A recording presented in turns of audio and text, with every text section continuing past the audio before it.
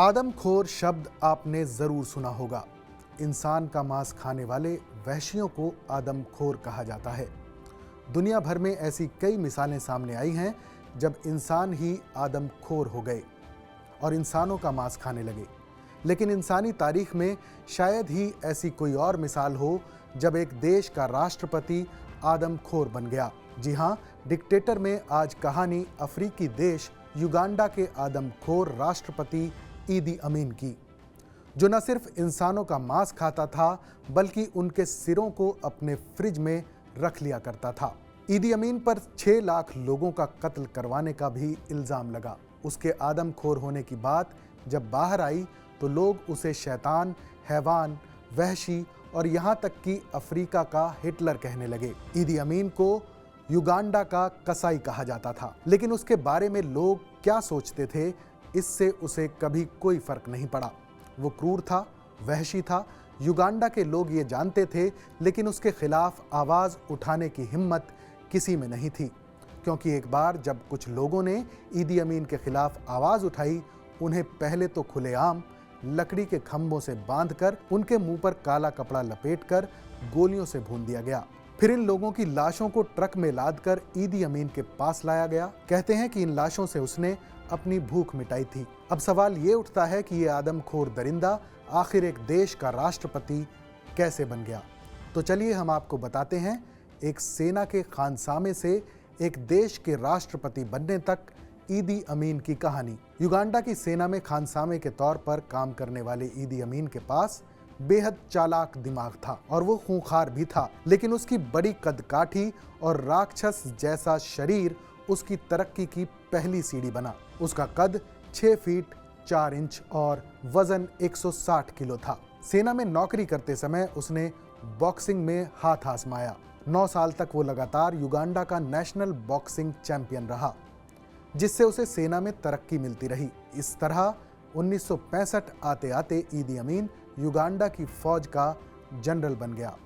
फौज का जनरल बनने के बाद ईदी अमीन की नज़र युगांडा की सत्ता पर थी। ईदी अमीन पर भरोसा करने वाले युगांडा के प्रधानमंत्री मिल्टन ओबोटे जब 25 जनवरी 1971 को सिंगापुर में थे तो उसने अपने पीएम के भरोसे को चकनाचूर कर दिया और राजधानी कंपाला में खूनी तख्ता पलट कर दिया। सिर्फ 3 घंटे की सैन्य कार्रवाई में पूरे देश की सत्ता की बागडोर ईदी अमीन के हाथ में आ गई। 25 जनवरी 1971 की तारीख न सिर्फ युगांडा और अफ्रीका के लिए बल्कि पूरी इंसानियत के लिए काला दिन साबित हुई, क्योंकि आदमखोर ईदी अमीन ने सत्ता हासिल करते ही अपने खूनी रंग दिखाने शुरू कर दिए। एक एक करके उसने तमाम विरोधियों को खत्म कर दिया।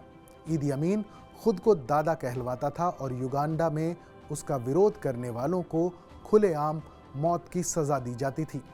लेकिन ईदी अमीन के आदमखोर नरभक्षी होने के राज से सबसे पहले पर्दा उठाया उनके डॉक्टर कीबो रिंगोटा ने। डॉक्टर कीबो रिंगोटा एक बार जब ईदी अमीन के किचन में फ्रिज से बर्फ लेने गए, उन्होंने फ्रिज खोला तो होश उड़ गए और उनकी आंखें फटी रह गईं।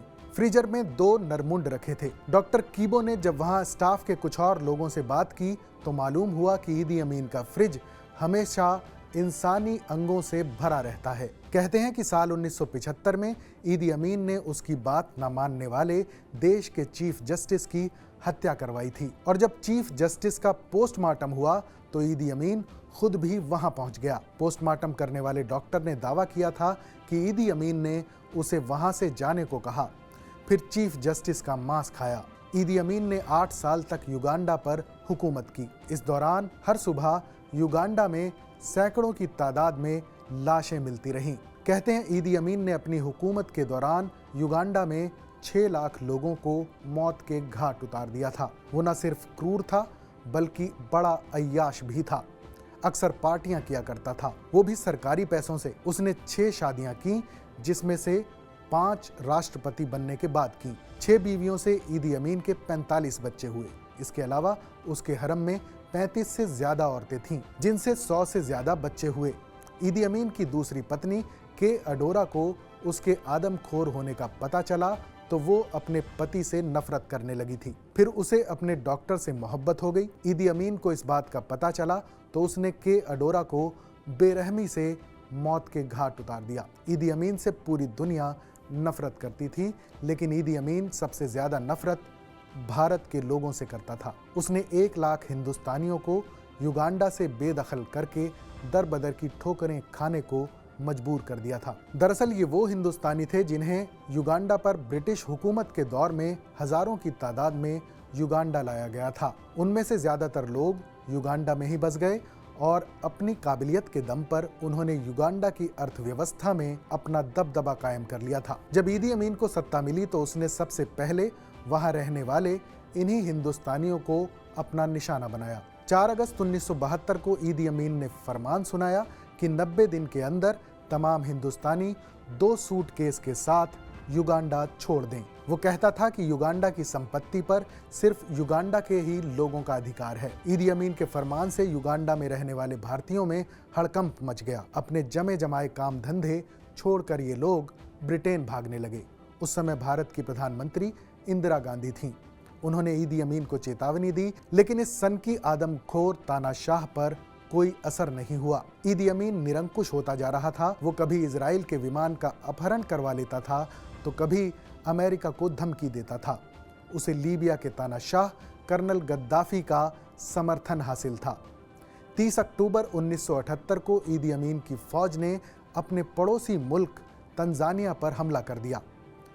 अमीन की सेना की मदद के लिए गद्दाफी ने लीबिया की सेना भेजी। 6 महीने तक तंजानिया के साथ युद्ध चला।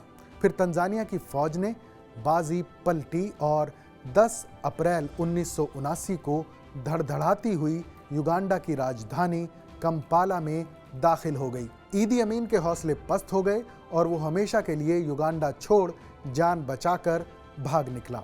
वो सबसे पहले अपने दोस्त कर्नल गद्दाफी से पनाह लेने के लिए लीबिया पहुंचा और फिर सऊदी अरब पहुंच गया। 24 साल तक ईदी अमीन सऊदी अरब के जेद्दा शहर में रहा और 20 जुलाई 2003 को इस तानाशाह की मौत हो गई। युगांडा के लोग ईदी अमीन से इतनी नफरत करते थे कि उसकी लाश को भी अपने देश में दफनाने की इजाज़त नहीं दी। तो ये थी कहानी युगांडा के आदमखोर तानाशाह ईदी अमीन की।